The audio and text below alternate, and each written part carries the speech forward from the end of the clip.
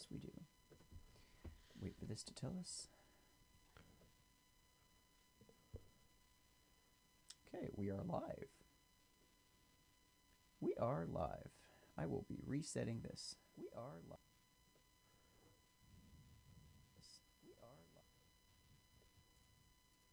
We are live. We are young. Still give me the same link. This cop drop is absolutely amazing. That sounded entirely wet in my ears. It is so wet. It's still giving me the same link, and I don't know why. What are you doing?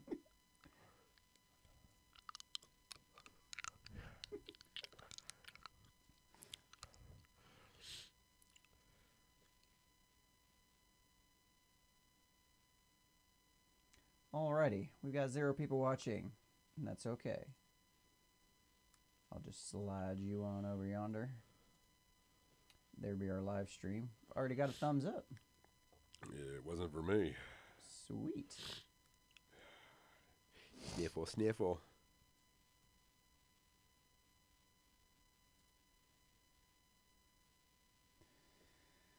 Alrighty, so I guess I just copy this link and go with it.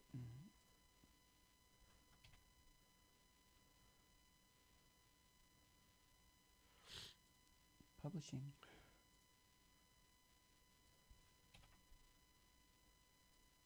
See, this one showed the right thing. I don't know why Facebook don't. It's just on Facebook it does that. Huh, that's weird.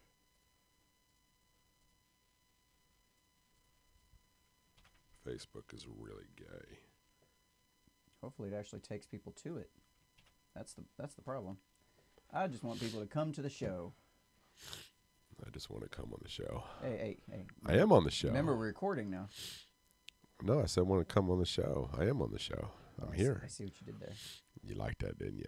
All right, so this is working. You know what I need to do? The link's working. While my voice is like this, I need to go ahead and set up a 1-900 number for women for Valentine's Day. Man, I can make a fucking killing right now, I'm telling you. I don't even know how to respond to that. Oh, you don't have to, big boy. I'll respond to that. All right, so our idea of putting it on here isn't quite working. We'll figure that out later. Yeah, we can always figure that out another time. That is something we need to do. All Indeed right. it is. Looks like we got some people shuffling on in. Well, we got one anyway. Shuffle, do the cubic shuffle. Two people, 2 watchers. 2 watchers, and it is 7 o'clock, dude. Are we going live? Wait, we are live. We are going live.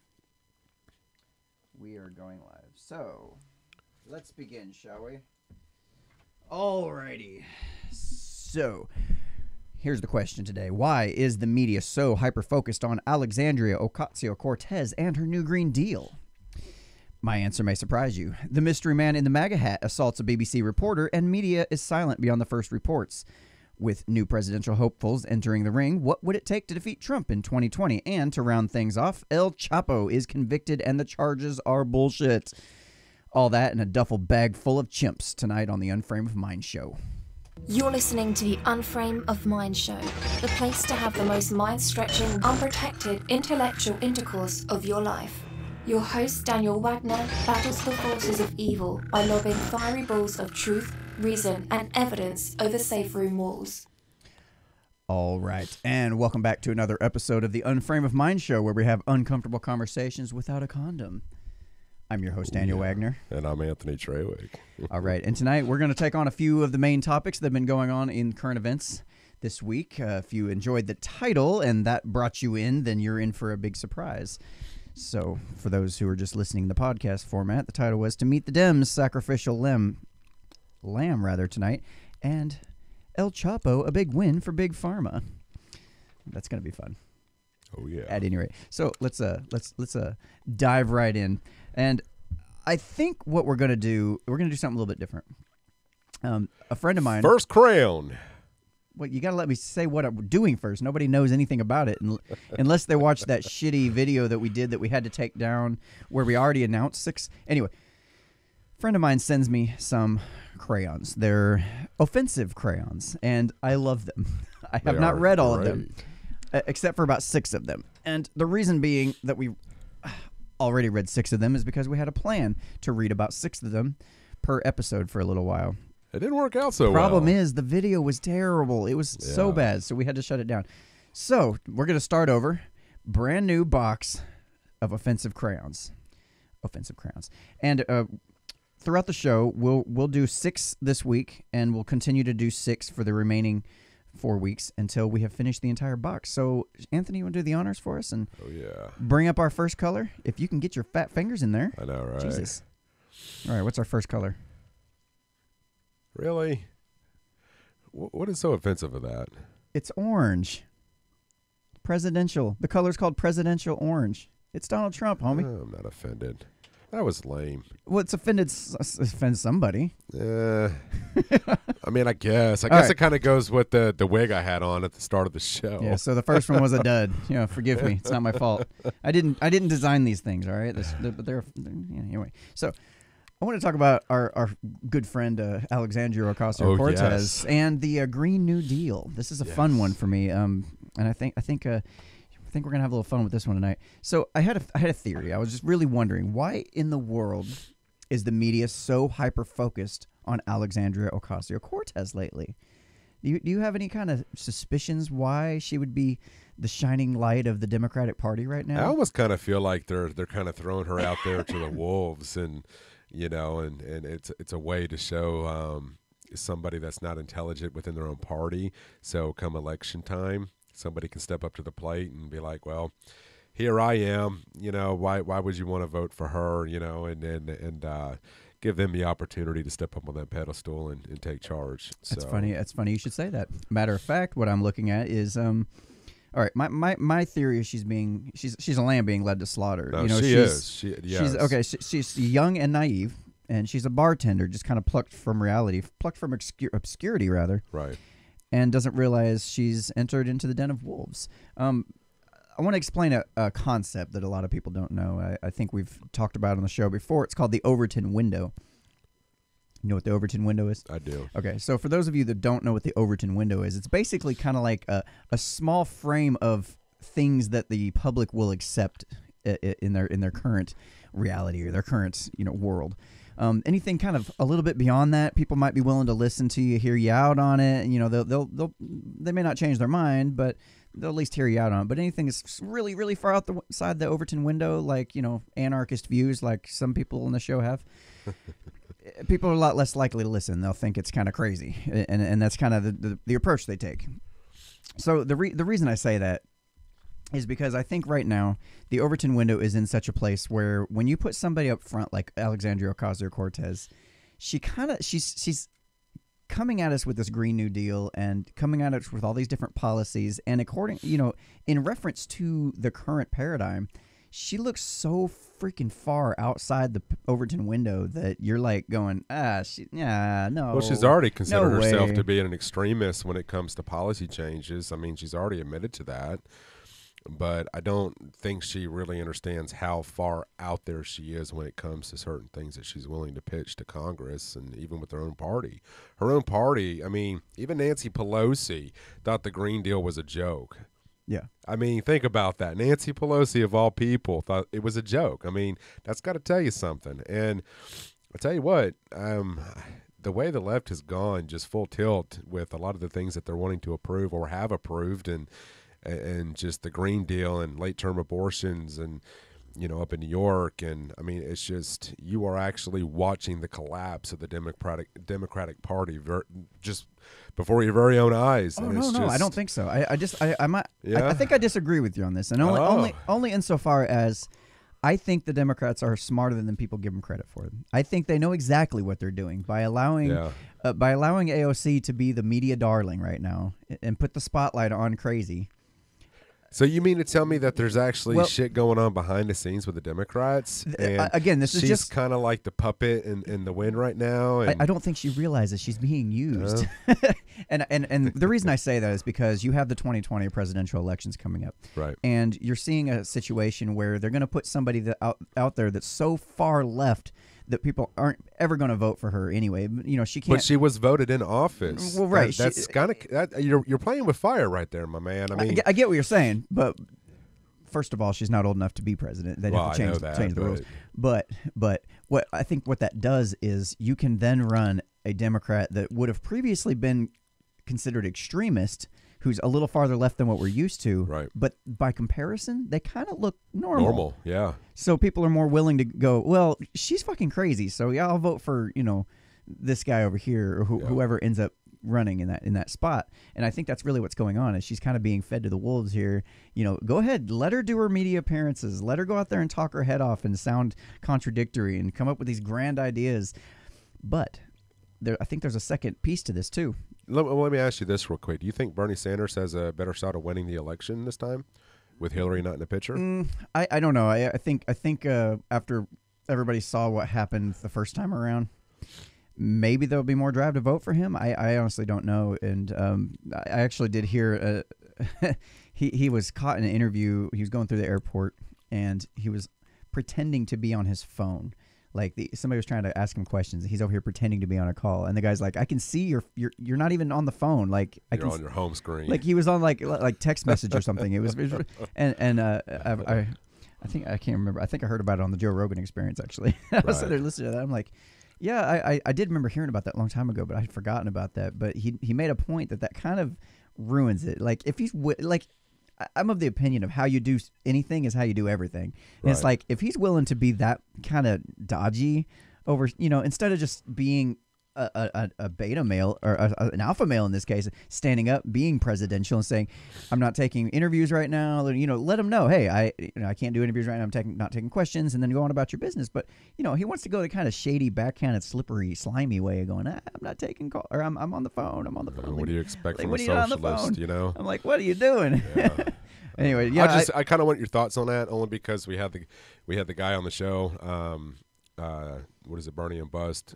Bernie or Bust, yeah. Yeah, and I was listening to that, and I actually enjoyed listening to that podcast and just the exchange between the two of you. I thought it was a really good interview. Oh, that's the one where you showed up to my house right after I finished recording it. Yeah, I had a good episode doing that. I had a good time having that discussion. Yeah, just check that episode out.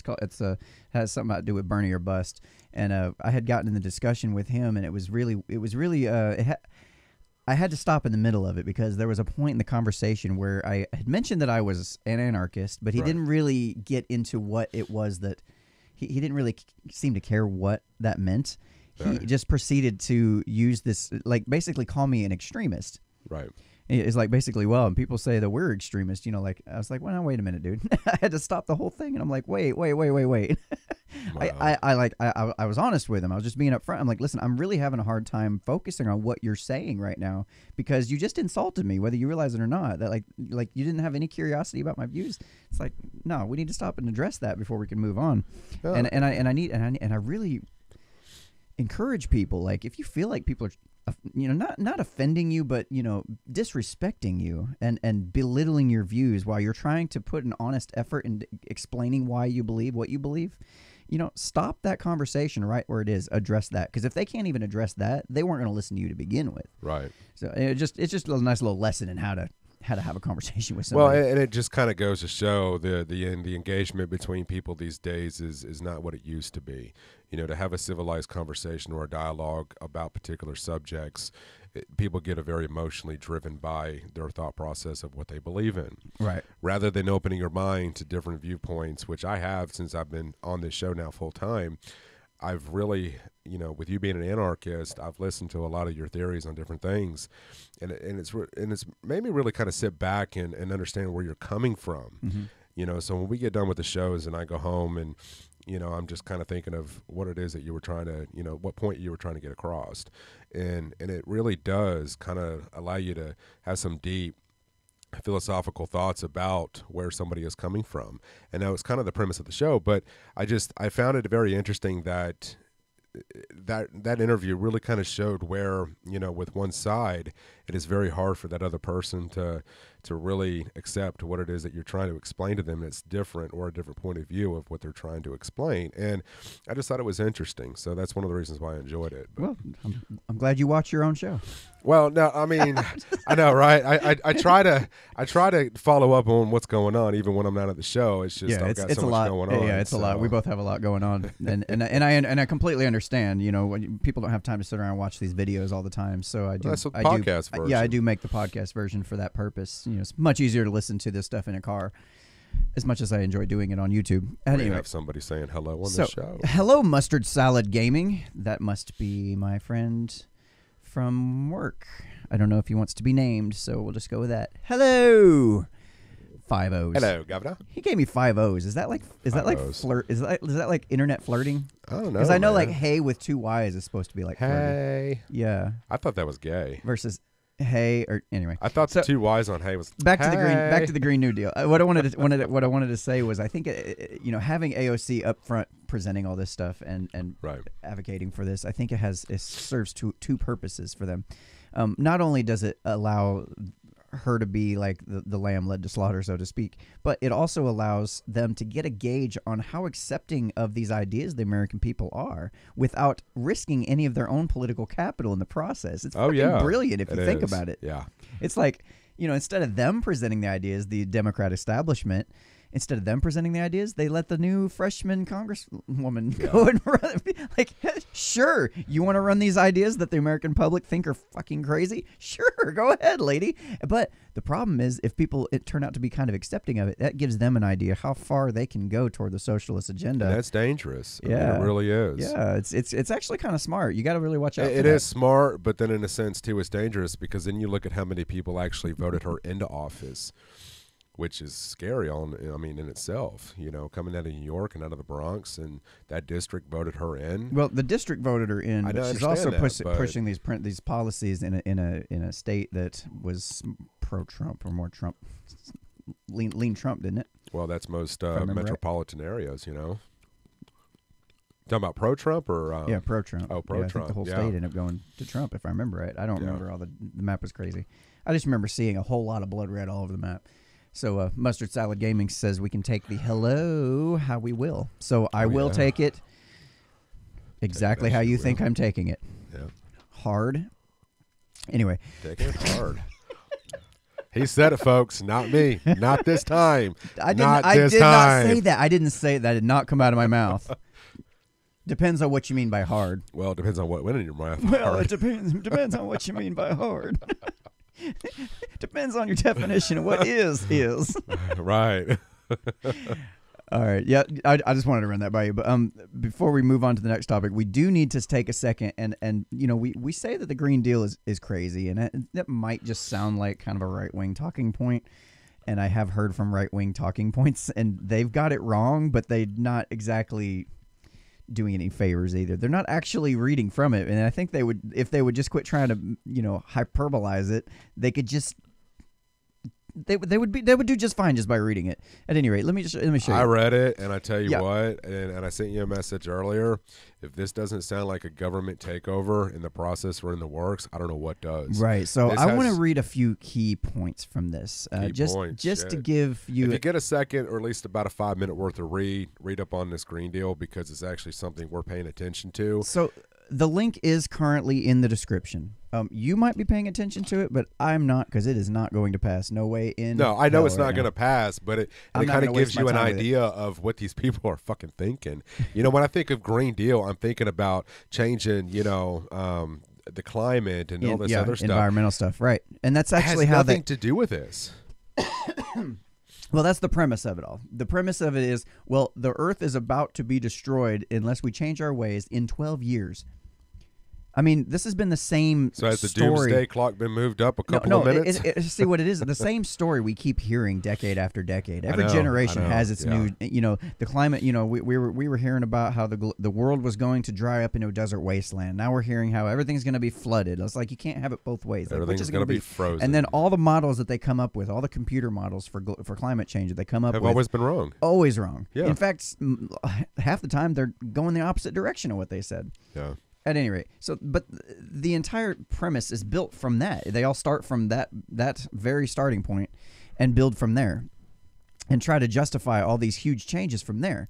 So it's part of the Green New Deal is a 4-part program for moving America quickly out of crisis into a secure, sustainable future. So right off the bat, they're already telling you, hey, America is in crisis right now, okay? Which I think we all kind of feel that, but we feel it for completely different reasons than it's the not environment. For this. So, inspired by the New Deal, programs that helped us out of the Great Depression in the 1930s, which that's inaccurate, the Green New Deal will provide similar relief and create an economy that makes our community sustainable, healthy, and just.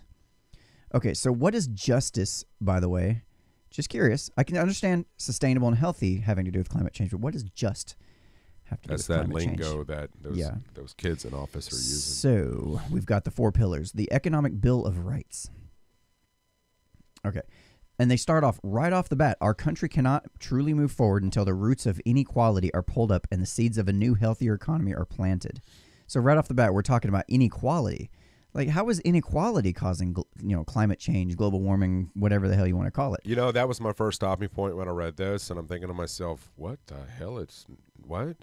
So, didn't make any sense. This new bill offers the right to employment through a full employment program that will create 25 million jobs by implementing a nationally funded but locally controlled direct employment initiative, replacing employment offices with local employment offices, offering public sector jobs which are stored in job banks in order to take up any slack in private sector employment. I don't know what the hell that means. That really just honestly sounds like a huge word salad of we're just going to create jobs. We're going to give you some words that sound like we're legit, but the main point is we're going to have jobs. You have the right to a job. That's not a right. That's not how rights work at all. But anyway, I'm not going to read all the details, but workers' rights including the right to a living wage, to a safe workplace, to fair trade, and to organize a union at work without fear of firing or reprisal. The right to quality health care, which will be achieved through a single-payer Medicare for all program. So there it is right there, what they've been working towards, single-payer. Yep. The right to a tuition-free, quality, federally funded, local-controlled public education system from preschool through college. Well, gee. Who's going to pay for that? Now, my question here when I'm looking at this is, wait a minute. If I've got this situation where I can't get a job because I'm underqualified. There's many jobs out there that don't require a college education. I can't get a job. The government's already had control over my education for 13 years, kindergarten through 12th grade. I've graduated with 0 marketable skills. Nobody wants to hire me except for the very, very lowest rungs of society.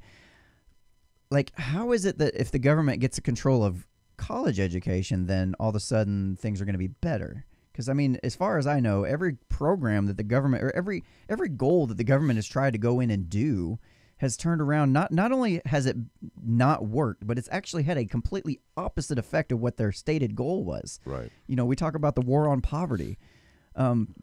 You're looking right now at higher poverty rates than ever before. You go. I mean, it still blows my mind that they have to make an app for San Francisco about where the piles of shit are, so you can avoid those areas. Wow. Because of all the homeless people. Right. Like, that's probably the opposite of what we're trying to do, and I just don't understand how this is going to just suddenly throw money at it and it's going to work. At any rate, so they have a right to decent, affordable housing, including an immediate halt to all foreclosures and evictions. Now, wait a minute. How in the hell is that supposed to work? You know, and then when I had read this, I was trying to process on how that's even doable or even manageable, and it's not. Well, they offered some steps. You create a federal bank with local branches to take over homes with distressed mortgages and either restructure the mortgages to affordable levels, or if the occupants cannot afford a mortgage, rent homes to the occupants. But so then basically, it contradicts itself when you read on down, talking about how they want to remove banks from out and Wall Street out of government. That's private banks. They're talking about a federal bank that comes in, takes over your property. So now your home is owned not by a private bank now. It's the way of the government controlling your assets. Your home is now owned by a government bank. Right. Okay. Anyway, so yeah, this is terrible. I don't. You can tell whoever wrote this has zero idea how an economy actually works. So you have the right to accessible and affordable utilities. You have a right to heat, electricity. You have a right to a phone. You know, I remember in the beginning when God was creating the earth and he was giving the God-given rights to all the good little Christians. One of those was you have a right to an iPhone 10 with service and a sweet data plan. Mm-hmm. Yeah. I look up that Bible verse while I'm reading on. You won't find it. The one about the iPhone. I can look it up. I mean, in this generation, it's probably there. The iPhone 10. Let's find out. So anyway, that was just pillar 1. Pillar 2 is a green transition. The second priority of the Green New Deal, my bad, is a green transition program that will convert the old gray economy into a new sustainable economy that is environmentally sound, economically viable, and socially responsible. Kind of reminds me of those boards you see that like we sell all 3 of these, but you can only have 2 at a time. Right. It's like you can either be environmentally sound and economically viable, but not socially responsible, so on and so forth. Anyway, so the idea is to invest in green businesses, prioritize green research, and provide green jobs. Of course, then again, who is determining whether or not these jobs are green? Like, who gets to decide this? This is not a private market. This is a very top-down, government-controlled, central-controlled type scenario here, which I can't recall any time where that's been more successful than a decentralized, controlled type scenario. Yeah, it's just, I don't know. I mean, like I said, when I read the whole thing, it just seemed like it's the Democrats wanting to take over the government and our way of life. So, and then pillar 3 is the real financial reform, and they're talking about relieving the debt overhang, holding back the economy by reducing homeowner and student debt burdens. They're going to pay off my student debts in my home? Okay. That sounds good. See, most like people that read this and hear that, they're like, "Oh, that's cool. I have student loan debts. I'd like to have them paid off. This is a great idea." Yeah. Demonetize monetary policy to bring about public control of the money supply and credit creation. Democratize monetary policy. My bad. This means we'll nationalize the private bank-dominated Federal Reserve banks and place them under monetary authority within the Treasury Department. So, I mean, right now we're kind of under the illusion that the Federal Reserve is a private entity. We all know it's not, but right. At least here they're at least coming out straightforward and saying, "Hey, yeah, we're gonna go ahead and nationalize the banks." Regulate all financial derivatives, require them to restore the Glass-Steagall separation of depository commercial banks from speculative investment banks. I don't know what that means. I'm sorry. I've reached the limit of my knowledge in this area. So, and then pillar 4, a functioning democracy.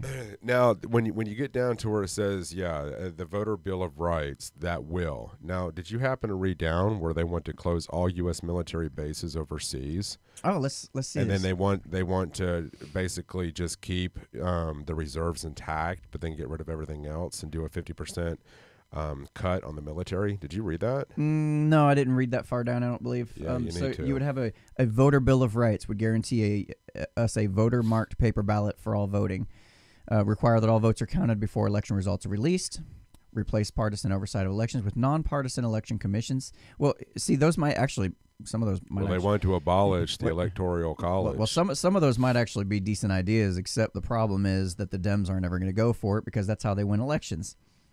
Oh, wait, the Republicans aren't going to go for this either because that's how they win elections. Well, and if that's the case, you're talking about 4 major cities that would win every presidency if we abolish the Electoral College. Oh, I hadn't made it to that part, but yeah, absolutely. The whole point of the Electoral College is to balance out so that way people in the cities who obviously have a different lifestyle and different requirements than people living in rural areas, like that way we're not, people in rural areas aren't like forced to follow the same laws and rules as people in the city, and it's just not this. This is why you need a decentralized system, man. Because I'm sorry, but those people in Washington have no idea what the needs in my little community are. Right. You know, they just don't. So anyway, I see it right there. It says abolish the electoral abolish college. the electoral and implement direct election of the president. See, that is probably one of the scariest lines in this entire thing, and the reason I say that is because we don't have a democracy. Everybody thinks we have a democracy. This is a republic. It's a republic, yes. and there's a reason it's a republic, Yeah. and the reason it's a republic is so that we are, we don't have to worry about mob rule over us. Yep. We don't have to worry about people. If there's 1,000 people, and 999 of them vote that one person should be killed for no reason, just because they don't like the guy.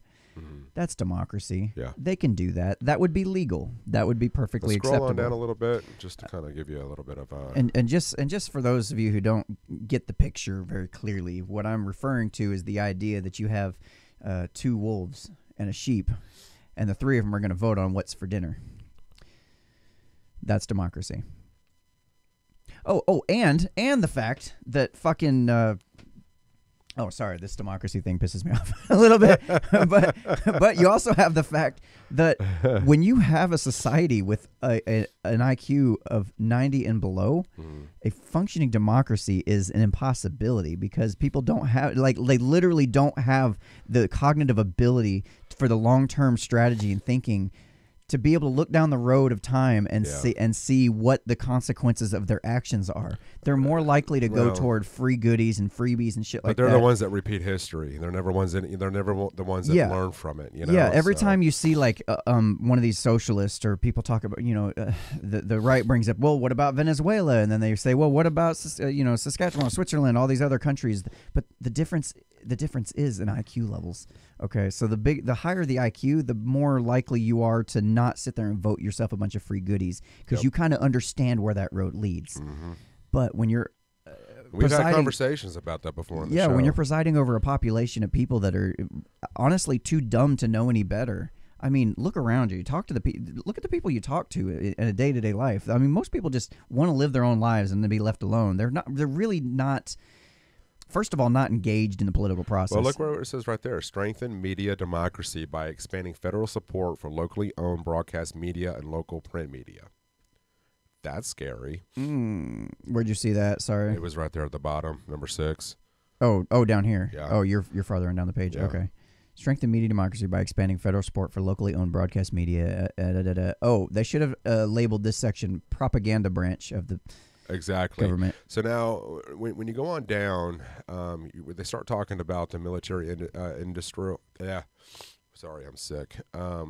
Industrial complex by reducing military spending by 50% and closing U.S. military bases around the world.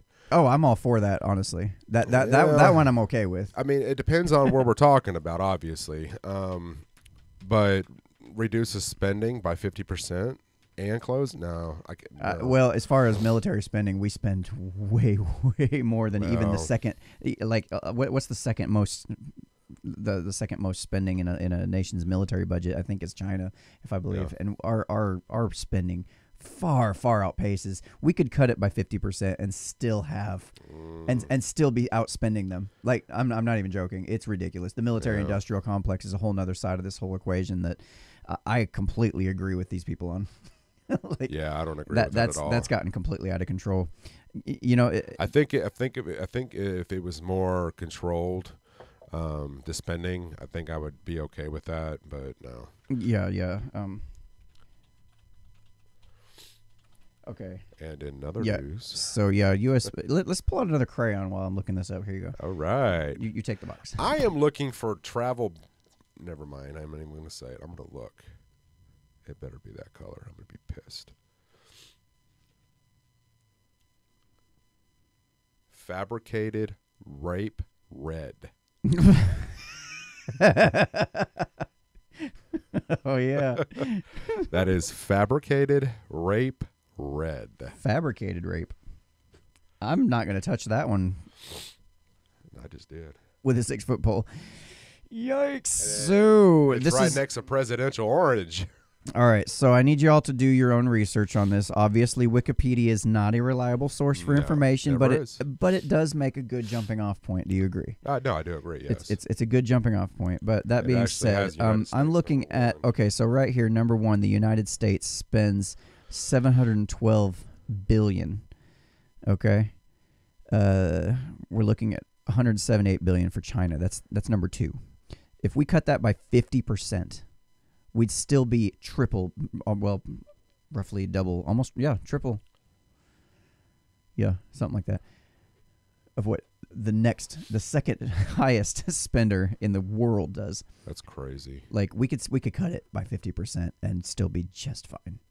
I'm a little surprised to see Russia all down the list. You know, I have a theory. Oh, Russia's a tiny country, man. I'm surprised to see Russia that high up on the list, to be honest. But yeah, one thing that I was thinking about the other day is there's a reason why we have to spend so much money on our defense budget, and we have to keep our military so hugely inflated. That's because our money's been so hugely inflated right now that right now the only thing keeping the rest of the world using the U.S. dollar as the world reserve currency is the fact that we have the ability to come in and obliterate and wipe them out if they choose to go against us. Like, but that's only going to last for so long. Like their economies can't withstand that for much longer. No. So I think that might be part of why we're continually insisting on increasing the military budget, as if we're just struggling. So this is countries struggling for by money. Military expenditures absolute in 2014, based on data from World Bank. So this has actually been pulled from 2000. Yeah, that's 2014, Right. and I think under Trump the spending has gone up a a little bit. So that's yeah. Again, do your own research. That was just a real quick. I pulled up a real quick wiki article just to look at it. I should have got some more water. That's fine. Especially with being sick, you think I would have done that, you know? Yeah, that'd have been a good idea. Oh, well. I mean, yeah, that's a good idea. At any rate. So, I'll tell you what. Why don't you take us into the next segment? Or I can. I don't care. We'll figure it out. We'll get you some more water in the process. So, Trump You guys supporter. have to bear with me. I'm a little under the weather. So, in our next topic, Trump supporter attacks BBC reporter. I have no knowledge Did I say on that Trump whatsoever. Trump supporter attacks BBC reporter. Yeah. So, yeah. So, at an event, let's see. Let me make sure I get this correct. Okay. So, basically, Donald Trump did a speech in El Paso, and during that speech, you had a small flare-up where he was giving a speech, and some commotion started happening, and it turns out a guy wearing a red MAGA hat was assaulting a BBC cameraman, basically just shoving him. Guy's okay, but I just want to kind of play the video for that real quick. This is going to be a relatively short topic. Okay. If I could find the damn video, that would be great. At any rate, so we're going to go to number 4, and we're going to play.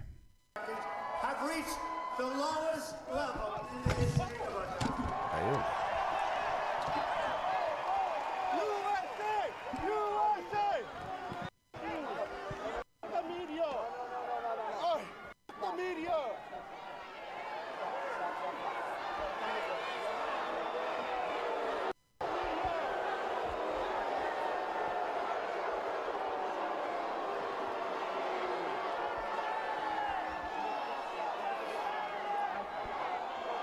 Thank you. You're right, man.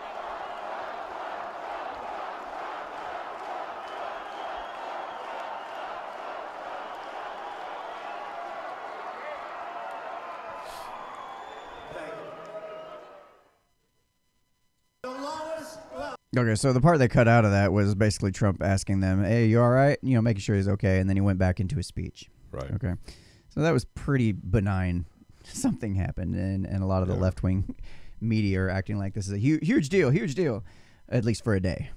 Okay, yeah, at least for a day. But here's one more quick video showing a slightly different angle. Does it actually show him assaulting him at all, or No. It happened while everybody had their cameras trained on Trump, and then this happened. So he's drunk. This fellow journalist comes and grabs him, and takes him off out of there. That must have been the camera guy that he attacked. Yeah, probably. So, I mean, what do we learn from this? Yeah, so basically... Don't work for the media. Yeah, basically don't work for the media. Yeah. So, but you have to kind of ask yourself, do you think that because of the way Trump has been with his supporters towards the media, do you think that maybe he has had some hand in this? Talking about as far as Trump and the way he bashes do you think the he's media. responsible do you think that he's kind of responsible for his fans and his voters to get... First of all, I'd never, ever think that somebody is responsible for the actions of another human being. Well, no, but... Minus actually going to that person saying, hey, will you do X? Right. You know, very explicit, overt language communication that says, I want you to do this, or I'm going to pay you to do this. Or you know where I'm coming from with this. I mean, do you think that him talking about the media and the way that they've been and the way they treat Trump and other individuals, do you think at some point that his supporters have had enough of the media, they take it upon themselves to start lashing out at the media? That's very possible. I'm not saying Trump is responsible. I'm just saying that I think that he has really driven the spotlight on the media and the propaganda that they kind of throw out there. It could be a little bit of both. Like you have Trump calling attention to something that people have already felt for a while. Right. That's one angle. You also could have Trump bringing it to the attention of people that didn't realize it, and now they're starting to act out on that. Right. And now I think you have a situation where you had this guy, he's drunk, he's at a Trump rally getting all riled up, and he just decides to shove a cameraman, like, fuck you know, acting like a, push him over. Yes. And in a room full of 10,000 people, the possibilities of being one idiot in there is pretty good. Well, yeah. You know, I mean, it's pretty high likelihood that that's going to happen. The guy got a shove. He's fine. There's nothing wrong with him. Yeah, the guy assaulted him. Shouldn't have done that. I'm not trying to defend the guy, but here's the problem. No, it was not really a problem. There's a couple theories, but the problem is that I'm looking at. You've got this guy that has shoved a cameraman, and when you look at him on the video, he doesn't exactly look like your standard stereotypical white redneck MAGA hat wearing Trump supporter or Catholic boy. Well, he could have been a Catholic boy. I don't know. He looked very Mexican. He looked like he was very dark complected, had a dark complexion. And I think the media, they freaked out at first when they found, and it was very short-lived. And I went online and I'm trying to find some information on this guy to kind of get a little more, what's his name? What does he do? Who is he? Why did he do that? Did he get charged? Any information on there? I could not find his name. I couldn't find nothing. It's like, I'm sure it's out there. And I haven't seen a single, I went on Twitter and all the tweets about the guy that I found anyway were like a day old. Like they were like nobody's talking about it anymore. It's just completely gone. It's like, that didn't fit. That didn't fit into our little tiny, Anyway, narrative of what to expect a Trump supporter to be, I guess. Yeah, so it really does make sense why there's not like a huge magnifying glass on the story. It just doesn't quite. Fit the little narrative of theirs. No, it doesn't. So that being said, let me ask you this. Yeah. Why don't you, for the love of God, pick another fucking crayon? Yeah. Crayon number 3. Alcoholic piss. Come on down. That's my favorite color. That sounds like a good drunken weekend, if you ask me. So let's take a second. So let's recap. We've done 3 so far. So we got presidential orange. All right. We've got fabricated rape red. Mm-hmm. And we got alcoholic piss. Now, if you ask me, this is shaping up to be Let's wait to the end. Let's wait to the end because I got an idea. And we're gonna encourage the audience to help us out on this one. All right. At any rate, so let's hit the comment section for just a second. Ricky F says, "Word salad" with 2 exclamation points. Agreed. If you're not supposed to think about it, just vote. Yeah, that's probably true. Mustard Salad Gaming. I'm assuming he's talking about the Bible verse that I brought up. He says, I love that verse. Ricky says, Switzerland is not a socialist country. It's still free market. That's interesting take you would have on that. Let me ask you this. Does Switzerland have a free market currency? Like is there a free market in currency? Basically, are they only allowed to use the Swiss franc as a means of exchange? That'll tell you a lot about whether or not it's actually a free market. I don't think there is a single country that's really a free market right now. No. So, Mustard Salad again says he's okay with the high military budget. Yeah. I don't know if he made that comment before or after I brought up the stats on how much we're spending on our military budget or any of the points thereafter. At any rate. So, heading to the next section, I wanted to ask you this. As far as all these new presidential hopefuls coming out and about lately. Okay. What I wanted to ask you was what kind of... I'm looking across the field and seeing who's out right now, who's already starting to announce that they're running this early in the process. It's literally not even 2020 yet. We're already starting. But well, between Elizabeth Warren and Spartacus, and who else is on the Democratic side that's running? Oh gosh, there's a ton of them. Basically all of them. I don't know. All of them. What I wanted to ask you is what kind of qualities would this? Let's just take a theoretical perfect Democratic opponent. Like, what kind of qualities do you think that this person would require in order to defeat Trump in the upcoming 2020 election? Well, because Trump has been playing that card against the media, and he's actually doing something about immigration or illegal immigration, I should say, because we know the Democrats in the years past have played that voters card once before. And it's always worked over the years to get them elected. Well, it just so happens that Trump is actually, he not only did he play the card, but he's now got it sitting on the table and he's playing it. And that's something that the Democrats, if they need to really, honestly, if the Democrats have any shot of winning 2020, they need to listen to the American people, especially probably the Midwesterners and just middle America. But they're not. They're so far out of touch with reality and people.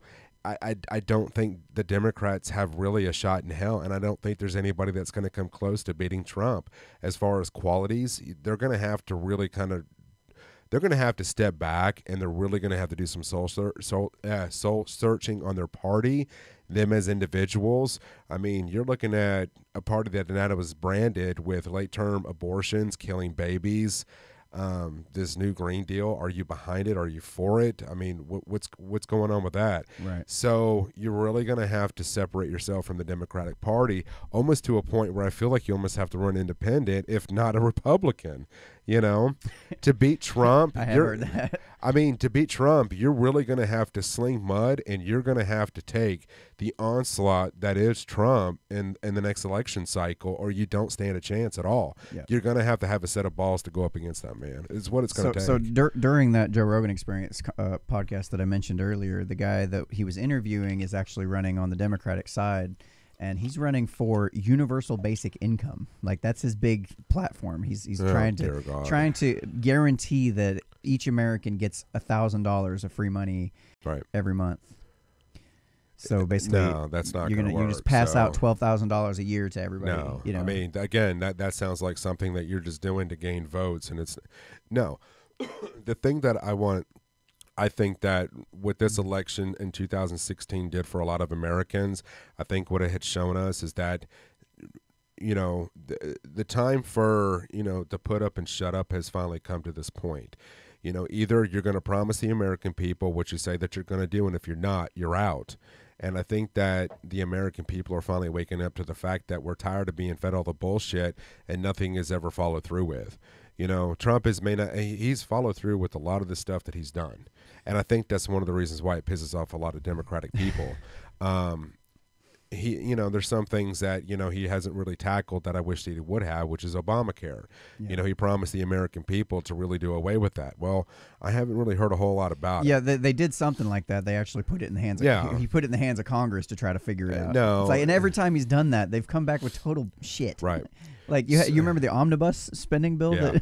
That was a total farce. So here's my thing, though, is that I think we're at this pivotal turning point where we had seen Obama, who was this crafted, molded, spoken so well, and he's a very intellectual person, and he was the model of what a president should be. Ideally, from the outside, when you see him speak and when you see him talk, when you see him interact, he was the model of what a president should be, not because of the color of his skin, but because of the content of his character. Ooh. Like that, didn't you? Ooh, I like that. So I think that's one of the reasons why Obama went into office, and I don't think it was really so much of the color of his skin, because there was the population of white people that voted for him for, into office was overwhelming. It was actually more than I had thought. So when you see that and you hear that, when I voted for Obama, I really thought that, given his situation was very unique, with him obviously being the first black candidate to run for president, I really thought that he had this platform where he could really make a significant change. Yeah, and he was talking about hope and change. Right. And people, But the sad thing is that was listening to the people. People want change. They want something. They want something to hope for. But I felt like that he used his platform that he ran on. To get only him in office and push his own agenda. And that's what really pissed me off. And then it was like, as the years went on, the PC culture really kind of blew up. Wait. Are you saying a politician lied to the American people? Lied to the American people. Absolutely. They got into office only to benefit themselves? Yeah. I have literally never heard of this. It's crazy how that could Let's actually do a happen. Wikipedia search for this one. All right. So for me, it's now that you have Trump in office, he has handedly just fucked everything up for both parties, not just the Democratic side, but also the Republican side. And I think what you're seeing now is a new platform for Republicans to run on from here on out. And I think this is going to ensure them to, the presidency for the next several years, if they continue down this trend that they've seen that Trump is doing. If 2018 election was any indicator about what was, because it seems like there's still a lot of people out there that are buying the crap that Trump's not my president, and Trump's a racist, and Trump's this and that. And I think a lot of the reasons, and they still believe that Trump was colluding with the Russians, even though they've literally found nothing on that at all. I just wonder of those people who continuously keep voting for Democrats because they're so anti-Trump, are voting because they are anti-Trump, and they're not really voting for serious issues and problems, absolutely. and abortions, and this is the problem I have with people today, and this is where our society is. To bolster your point, I was sitting there listening to a podcast earlier today, and they were talking about how they went at the El Paso Trump rally. They were interviewing some people on the left, and they were discussing the wall, and after a while of talking, they're regular people. They admitted, the wall. There's nothing immoral about the wall. They don't think the wall's really immoral, but the fact that Trump wants it is enough for them to be against it. Right, and I think that's the problem is everybody now is so motivated by emotions to vote for an individual rather based on facts or, logic, because to me, there's nothing logical about aborting a child in a third trimester. You have to be one sick individual to think that it's okay to rip a baby out of the womb of a woman or a man. Dismemberment. Or a man. Well, fuck that. I'm not going to go down that road. Wait, you don't want to rip a baby out of a man? No, that. So totally threw you off track. I'm sorry. Now you know where I'm going to go with that, but I guess my whole thing is that you have to. I can't wrap my head around, especially as a father, and I know you are as well. Right. To ever want to abort a child, and especially so far along when that baby can breathe on its own, when the heart is beating and it's feeling and it's doing all the things that it's supposed to do, and the only difference is it's not out in the real world yet. And if Democrats, if they can look past Trump and everything else that they're so against, and if they can't come to terms, and if you have no compassion for human life, and you basically want to vote a Democrat who supports this kind of behavior and immorality of ending human life in a third trimester because you're so anti-Trump, you need to sit back and you need to kind of reevaluate your life a little bit. Right. I really Well do. said. I mean, Well said. it's just.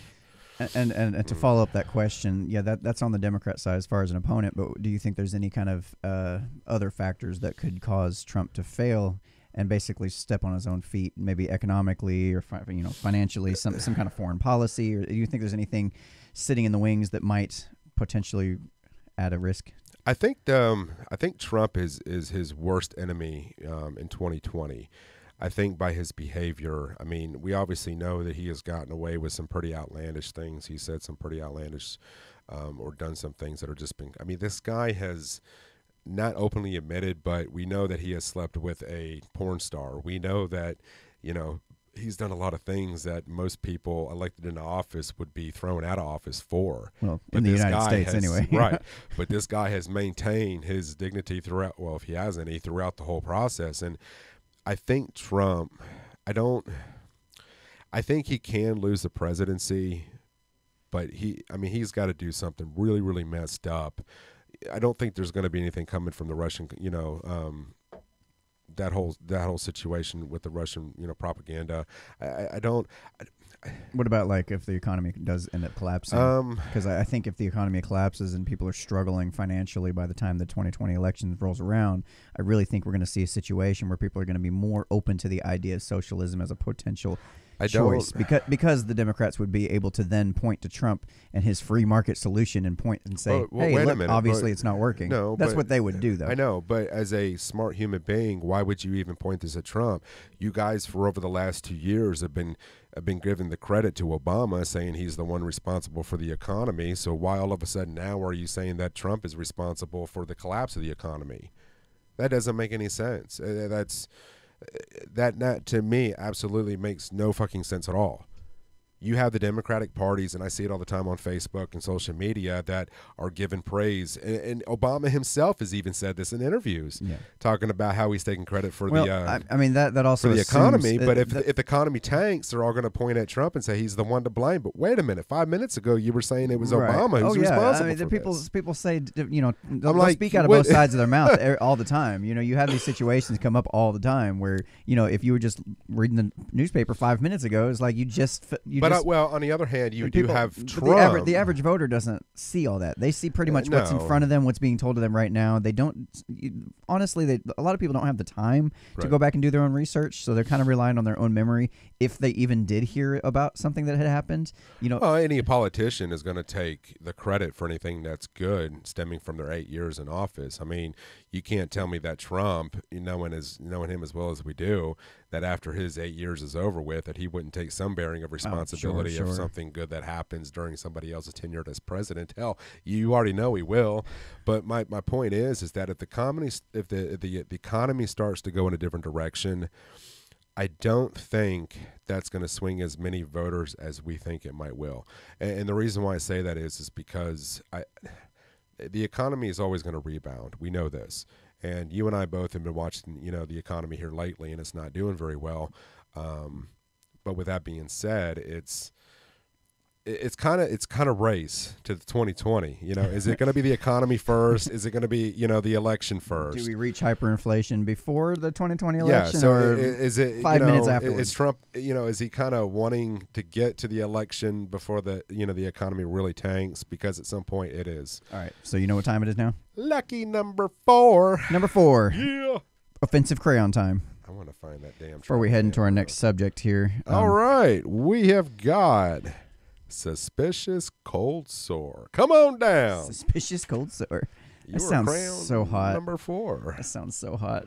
That's a good one. I know, right? A suspicious cold sore. Not like a regular cold sore, but a suspicious one. No, the one that has hair growing out of it. All right, for those of you who are still watching our live stream as it's happening, please, if you'll do us a favor and click that like button and share with your friends. Let them know that we're here and we're live and we're talking about some crazy shit. We're fixing to head into talking about El Chapo. El Chapo. Yeah. And if you guys want to reach out to us on social medias, we are at Unframe of Mind everywhere. Oh, yeah. Twitter, too, now that I've got my hands on Twitter. Yeah. You can find his account through my account as well. At any rate, so. Take a deep breath. Yes. Are you ready? Yes. We're going to pay for the wall. So. Let's begin.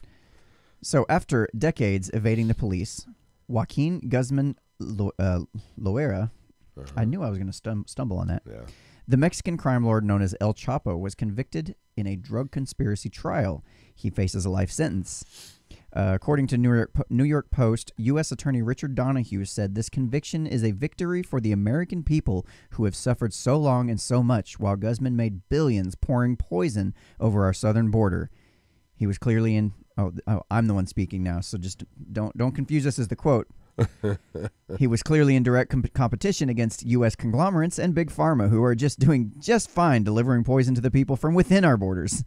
So, They actually did end up seizing $14 billion in assets from him. Wow, $14 billion. Yeah, and a lot of people, I think Trump even himself mentioned possibly, can we take that $14 billion and put it toward the wall? Yeah. Oh, well, it was Ted Cruz that I think actually pushed for that as well. Sorry, suspicious cold sore must have scared someone away. We're down to one viewer, one viewer on the live stream. He scared everyone away. Yeah. We must have been really offensive tonight.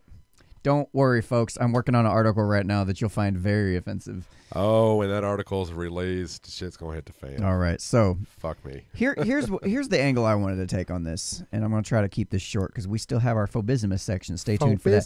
So here's what I'm thinking. I wanted to read off El Chapo's charges, the 10 official charges that he was actually convicted for. All right. So count 1, engaging in continuing criminal enterprise. Cool. Which under that was like, basically transporting cocaine. It was like a bunch of charges of that. Right. Count 2, international cocaine, heroin, methamphetamine, and marijuana manufacture and distribution conspiracy. So he was, working with people to sell drugs. Yeah.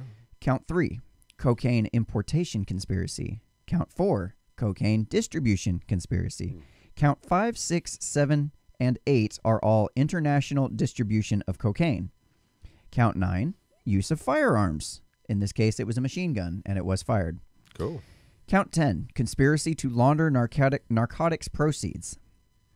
Okay, so the reason in the title of this little video here, I don't think I'd said it in the title. Description, rather. Anyway, it is, yeah. I said, this is bullshit. This is bullshit. This is a big win for Big Pharma. Big Pharma is his biggest competitor, first of all. But I'm looking at the idea I'm looking at this through an anarchist and maybe even a libertarian lens where you should be free to do with your body what you want to do. Victimless crimes are not crimes. You should only consider it a crime if there's actually a victim here. Okay. And in this case, I'm looking through this all these different charges that he's got, and I'm seeing absolutely nothing on here that would constitute a crime that has a victim. Okay. Now, I don't know if I'm sure he's done some other things that would actually be crimes. I'm sure there's. The only thing I could find that might have been even close to a victim crime is tucked under count 1, way at the end of it. There's like 27 charges of different things of transporting marijuana and cocaine and all that. Tucked under count 1, it says conspiracy to commit murder, January 1989 to September 2014. That's not committing murder. That's a conspiracy to commit murder. It's a little different. Yeah, you would think something like that would be more at the top than rather at the bottom. Yeah, you would think. That would be like, oh, you're killing people, or you're conspiring to kill people, or you're hiring people to kill people. That's bad. We should probably punish that. But no, it's all the drugs, distributing drugs, importing drugs. You might have killed drugs. And then you might have killed somebody. It's like, no, hold on now. As far as I'm concerned, all drugs should be legalized. I'm a firm proponent. Like, if you want to take drugs, and as long as you're doing it to your own body, and you're not hurting nobody else, and there's no other victim, do your due, man. I don't care. We're allowed to put any fucking thing else in our body that we want. We're allowed to drink bucketfuls of alcohol if we want to, and literally kill ourselves from alcohol poisoning. Drive a car if we want kill to. Other people in the process. No. See, but that's there. Now you have a victim. Okay. That's what you punish. So But you don't become a victim once you OD on the shit and die from it? A victim of who? From who? From the person that sold you this shit. You bought it. Right. Willingly. But if you're enabling that put it in your body. Doesn't that make you responsible? Not at all. You put it in your body. You put it in your own body willingly. No, like you do. I'm buying. If I come to you and I say, "Hey man, I want to buy some cocaine." But hang on a second. If you're addicted to a drug and you're feeding somebody that drug and you know that it's tearing them up and it's destroying their family and their life, you're going to keep enabling that? Well, by that same logic then, if we follow that path to its logical conclusion, is you would also have to punish casinos for gambling addictions. Yeah. I don't think so. People are responsible for their own addictions. I'm a smoker. I should be responsible for my own addiction. Right. But I don't should the cigarette companies be held responsible? Should they be able to be held legally responsible for you getting a lung cancer? No. Should the casinos be held legally responsible because you decided to go ahead and gamble away the title to your home? No, but at the same time too, smoking, I still have my thought process. I can still make rational decisions. You know, if I'm gambling, I'm still making a rational decision to make that. I can also go and say alcohol. Should the liquor store be held responsible if you go out after drinking their product because I think and you get in an accident? I think alcohol should be illegal. I think marijuana should be legal. Oh, well, at least you're being consistent. You think liquor and marijuana should be illegal? Or I'm sorry, no. Say that one more time. Alcohol should be illegal. Yeah. Marijuana should be legal. Should be legal, and you think alcohol should be illegal? Yes. Okay. I've seen the statistics as far as alcohol killing people, killing other people, are astronomical. I think once you put that into your body and you consume so much of it, you're so incoherent on what you do and what you say. You're running the risk of not only taking your life, the people in the car, if you're driving, and then the people that you hit or no. I mean, I've seen so many families messed up because of that. In what I'm talking about, that would be where the crime is committed. Right. Is if you're irresponsible with your consumption. But you don't think that cocaine because I mean, for you to between alcohol and marijuana, if I was to legalize one and make the other one illegal, I would do the exact same thing you said. If I actually had to make a choice. Okay. I agree with you. The numbers are terrible. You know, when you compare the two. But what I'm looking at is the fact that if you have a situation where you have a ton of people that are out there responsibly drinking, not hurting anybody. They enjoy it because it loosens their inhibitions. They're not doing anything wrong. You're saying that should be illegal. Okay. Even though they're being responsible and they're not hurting anybody. There's no crime. There's no victim here is what I'm saying. No, there's always that possibility. That's kind of, there's a possibility of me shooting somebody in the face with my gun because I bought one. By that logic, you should also say the gun should be illegal. Yeah, but how many people, I mean, honestly, I would consider myself a responsible drinker, but then there's been times where I've done some really fucked up shit when I've been, when I've been drinking. Yeah. Like... And if you broke any laws in the process, you should be held responsible for those things that they know about. Right? You should be held, and you should be held responsible for the laws that are broken. But I guess my even point while is, you're on that I mean, I don't. Am I thinking about a rational thought when I've been drinking and I'm thinking, I'm going to think about this for a minute. I shouldn't get behind the wheel of that car because it's going to endanger everybody's life. No, I'm thinking about shit. I want to get to the next bar. I want to get to the next titty bar. I mean, I want to continue this party. I want to keep partying. Now, I guess because I've kind of aged, obviously, I can go out with some of the guys and have a couple of drinks and then turn it off. I mean, it just really depends on the person, I guess. I don't know. I just don't like or don't agree with the idea of controlling people and telling people what they can and can't put in their body or they can and can't do. I mean, because it's like there was a time when people thought that a tattoo should be illegal. That it was like societal taboo, but like. Yeah, I'm like all freaking tatted up. Like tell people that they can't put ink on their body, or tell people that they can't drink coffee because when you drink too much coffee, you get too wired and you end up, So what do we do then with the people that want to drink so excessively and want to get behind the wheel of a car? And again, once there's a victim, you punish that. Like, why do we have to wait until there's a victim? Well, there has to be. Obviously, there's laws ahead of time that say, hey, listen, if you. But as an anarchist, you don't believe in laws. That's not true. We've already discussed this. I was trying to pull a fast one on you. It didn't work out so well. It's not true. We've already discussed this. I know. Anyway, yeah, it's kind of nice actually finding something that we like really disagree on. Yeah. And I appreciate that you're being consistent and even saying that alcohol should be. I mean, honestly, as well. I do appreciate the consistency. Right, but I'm trying to prove a point that like when it comes to smoking, even though it is an addiction, it is considered a drug, legal drug, nicotine. I still consume it and I smoke it and, I do it all the time. But does it impair my judge or thought process to do something I shouldn't do? No. Again, I'm pretty much straight libertarian in this regard. Is like if you want to do it to your body and you ain't hurting nobody. I mean, no, I am for all the fact that if you want to do it, that's fine. But what I'm saying is that I don't understand how you can make marijuana an illegal drug and yet make alcohol, which has got more killings. Let me try to frame it this way: of people who have hung themselves, committed suicide, that have taken other lives, and I don't understand how you can legalize that. Yeah, let me see if I can frame it a slightly different way. It's not the drug that actually causes the damage; it's the people's behavior when they're on the drugs. that causes the damage. Yeah, I've seen people are that responsible. drink. It's almost like saying that you can't say drugs kill people any more than you can say guns kill people. Right. That's not true. It doesn't hold up. Right. Logically, it doesn't hold up. Let me try this from a different angle, though. What I'm trying to remember, and I'm just kind of randomly chatting until it comes back to my mind. Brain farts so hard. I had a good angle I was trying to attack this from. Libertarian angle. Do what you want to your body. Oh, my question was, when you sit there and try to control those substances, like when they tried to have a prohibition on alcohol, right? What happened?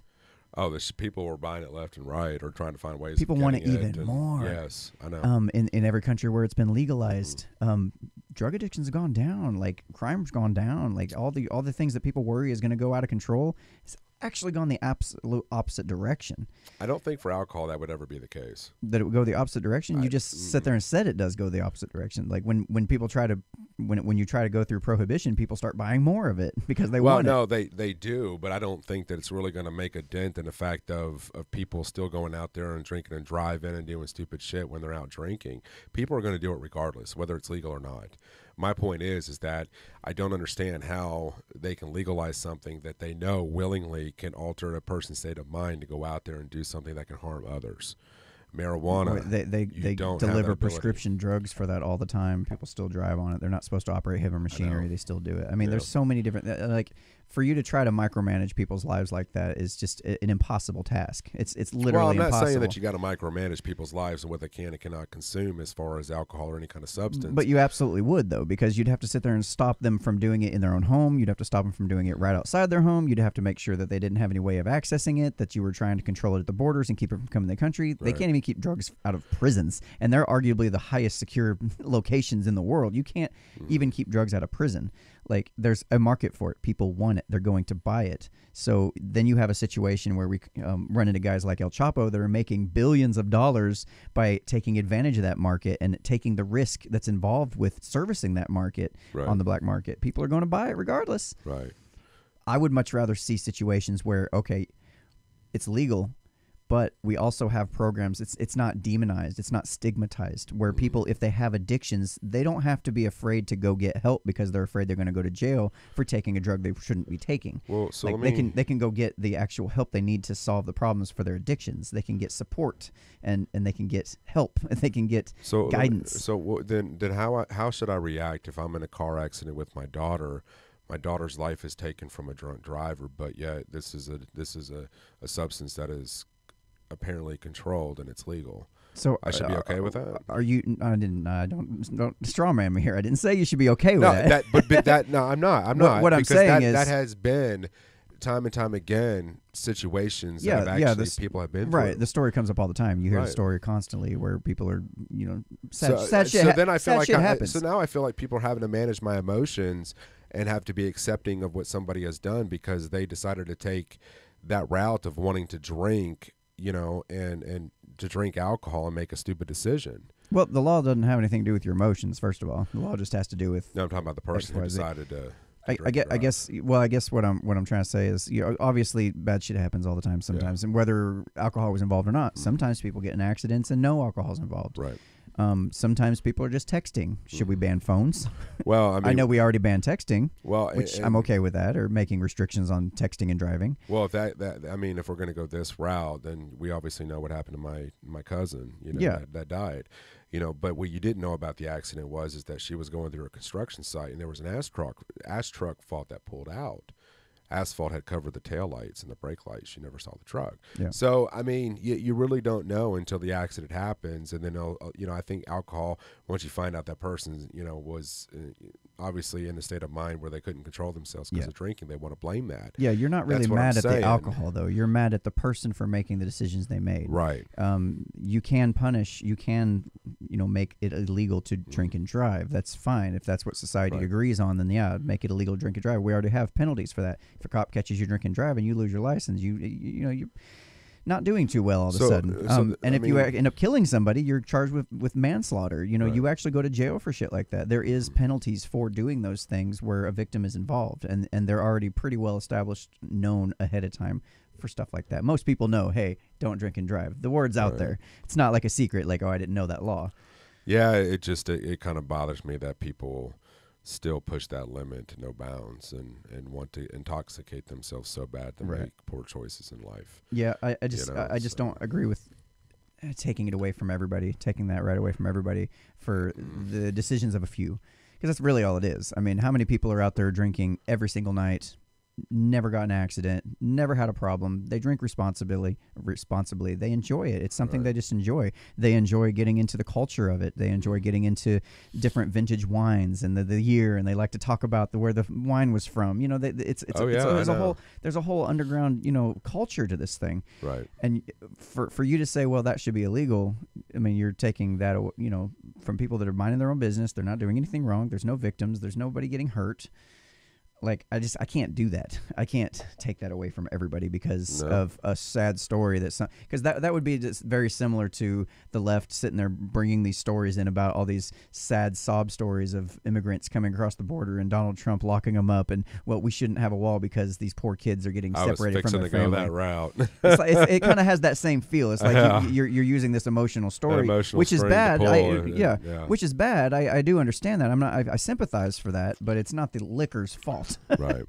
There's no until there's a victim. I get anyway. The reason I'm going this route is because I'm also trying to say you don't have a situation where the government has to go and seize $14 billion of illegal drug assets from some guy who's arguably doing the exact same business that our prescription drug companies are doing, except he's doing it in the black market. Like he's literally doing the same thing, except he has a whole lot higher risk involved in this, which might involve him to do some things that probably are less than desirable in terms of the law. And if it was legalized, he could probably be a pretty fucking successful dude.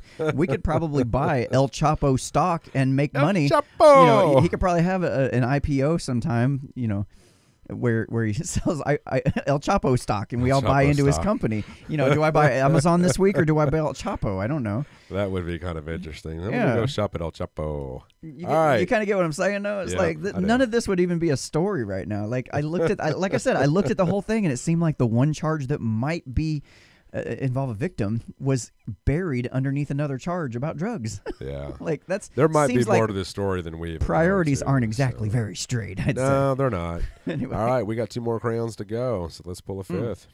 Shit. We got 2 crayons. We're 12 minutes past our normal time. Sorry, folks, but sometimes you just get in a good conversation. You can't stop it. This one is Golden Shower Goldenrod. Oh, sounds like we're pulling the exact same ones we pulled in our last fucked up show. That sounds like a Russian... Golden Shower Goldenrod. Yeah. Golden Shower Goldenrod. All right. So... From Russia with love. Last section of the show, our favorite section of the show. That is the Phobismus section of our show, where we tell you how you should be offended by some mundane shit that nobody really cares about that much. At any rate, here we go. Phobismus.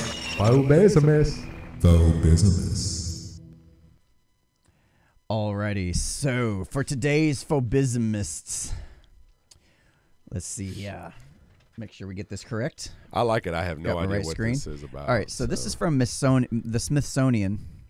This is the Earth's quietest place will drive you crazy in 45 minutes. I kind of wanted to go here. I heard about this. It sounds like it already did the job for us on this couple weeks ago. So, inside the room, it's so silent that background noise measured is actually negative decibels. And I'm going to go ahead and read the story. And while I'm reading this, I want you folks in the audience to think about why this is offensive. Okay, this is Phobismus training session number 3. I believe, or 4. I lost count. So everybody seems to be looking for a little piece of quiet these days, but even such a reasonable idea can go too far. The quietest place on Earth, an anechoic chamber at Orfield Laboratories in Minnesota, is so quiet that the longest anybody has been able to bear it is 45 minutes. You know, I hear that and I want to challenge that. I'm like, I could beat that. I know. That. I'm over here 45 minutes ain't shit with your own thoughts. I think people just are scared of their own thoughts. So inside the room, it's silent. It's so silent that the background noise measured is actually negative decibels. It's a negative 9.4 decibels. Stephen Orfield, the lab founder, told Hearing Aid No, we challenged people to sit in the chamber in the dark. One person stayed in there for 45 minutes. When it's quiet, ears will adapt. The quieter the room, the more things you hear. You'll hear your heart beating. Sometimes you can hear your lungs. hear your stomach gurgling loudly. In the anechoic chamber, you become the sound. But the room isn't just for torturing people. Companies test their products in it to find just out how loud they are. And NASA has sent astronauts to help them adapt to the silence of space. For you and me, however, the room is a deeply disorienting place. Not only do people hear their heartbeat, they have trouble orienting themselves and even standing. Quote, how you orient yourself is through sounds you hear when you walk. In the anechoic chamber, you don't have any cues. End quote. Orfield told the Daily Mail, quote, you always take away the perceptual cues that allow you to balance and maneuver. If you're in there for half an hour, you have to be in a chair. End quote. So, next time you wish for some quiet time, remember that it could also drive you crazy. Sounds like you're married. Yeah. First of all, let's just look at that picture. That's cool as shit. If that's what the room looks like, that's cool as shit. I want to go in there. Where's the floor? I don't. It's in there somewhere. I don't know. On the ground, probably. That might be why it freaks the fuck people out. Look at that. I mean, it's like those things could just fall at any time and like decapitate your ass. I don't know, but that would be cool though. I'm sorry. I really want to try. Like now, I want to take it as a challenge to go in there and try to beat 45 minutes. We ought to do a show from there. Yeah. That would be an incredibly boring fucking show. Yeah. And now 45 minutes at no, because what we do is we just sit there. We don't say a word. We just sit there. We record as long as we can. Right, and now the whole show at negative 45 decibels. Yeah. Or sorry, negative 9 decibels. I guarantee you that'll have more views than I don't know, Trump's rallies. Oh, come on now. So what do you think? What do you think? Why, dear audience, do we think that's offensive? We have two watching. Why do we find that offensive? Yeah, why do you find that offensive? First of all, it's got to be offensive for some reason. I need to get in the right spot. There we go. I think it's offensive because it's, you're telling us we can't do something longer than 45 minutes for one. For two, I'm trying to think. I don't know. I think it's just saying that people they're welcome to go longer than 45 minutes. That's just all they've been able to bear. That's incredible. That seems very short amount of time. So I saw a couple things in this when I was reading it. Okay. I saw the Earth's quietest place will drive you crazy in 45 minutes. And quietest also kind of sounds like the word whitest, doesn't it? Whitest? Yeah. It's black to me. Earth's whitest place will drive you crazy in 45 minutes. Well, I think it's like... Now you're being like the media and you're changing words around. Well, it just sounds like it. I think it's just like they're trying to give you little like dog whistle sound effects to make you think of things. Maybe I could be wrong. I think this is a chauvinistic way to let women know that they talk too fucking much and that men now have a quiet place for them to go visit for 45 minutes. Wait a minute. I changed one word. You added a whole another paragraph. No, I'm going off simply based off the fact that it's the quietest place on earth. I mean, what married man wouldn't want to go sit in 45 minutes of silence? I guarantee you, if this guy was single, he probably didn't make it for 45 minutes. I do wonder if any of the people that tried it out so far were actually married or not. Think about that. If you didn't have to listen to your kids, your wife, and oh my God, I would welcome that with open arms. So you're saying it's calling attention to the patriarchy and acknowledging it? Yeah.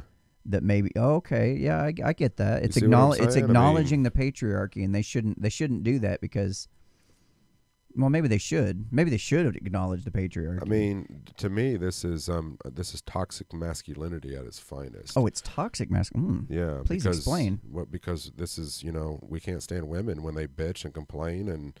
And they want to tell us how to run our lives, our bank accounts, and man, 45 minutes, we ain't got to listen to that shit. Oh, and it's toxic. Fucking it's toxic because it's our fault. Right. Yeah, because women don't do any wrong. Right. So when they're bitching at us, it's we're actually telling them, bitch, I'm gone for 45 minutes. So if a woman's bitching at us, or if our wife is complaining to us about some shit that we did, it's actually our fault. So for us to have a place like this where we could go and not have to hear that for just 45 short minutes. I get where you're coming from. Absolutely. I didn't see that. It's really insidious. You almost didn't notice it at first until you read deeper into it. And they even use like flowery language, like, people hear their heartbeat. Like, I don't want to hear my heartbeat either. I don't know. I don't know. I feel like there's more to the story, and I feel like if we studied it a little bit longer, we could figure out where it's really truly offensive. Look, right there where it says allows you to balance and maneuver. Maneuver. The word man's I in misspelled there. that. I mispronounced that. I thought it said maneuver, but it's actually man over. Man over. Yeah.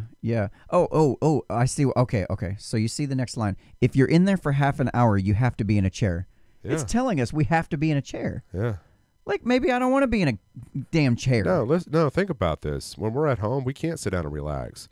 We got a honey to-do list from our wives a mile long telling us we got to do X, Y, and Z.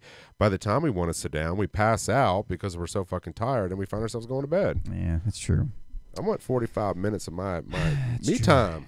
All right, so if you guys want to help us out and fund our trip to this anechoic chamber in Orfield Laboratories, be sure to head on over to unframeofmind.com and click our support link and help subscribe to the show. I've actually been asking. Matter of fact, one of the things I don't try to like ask too much, but we got one more crayon before we do have one more crayon. Let me finish the wrap up here, but one more crayon. I'll let you pick this. Okay, I'm gonna pick this one. Oh, it is Travel Ban Brown. Travel Ban Brown. Say that again. Travel Ban Brown. No, the way you said it a minute ago. Travel Ban Brown. All right, now say something for the ladies. Something for the ladies.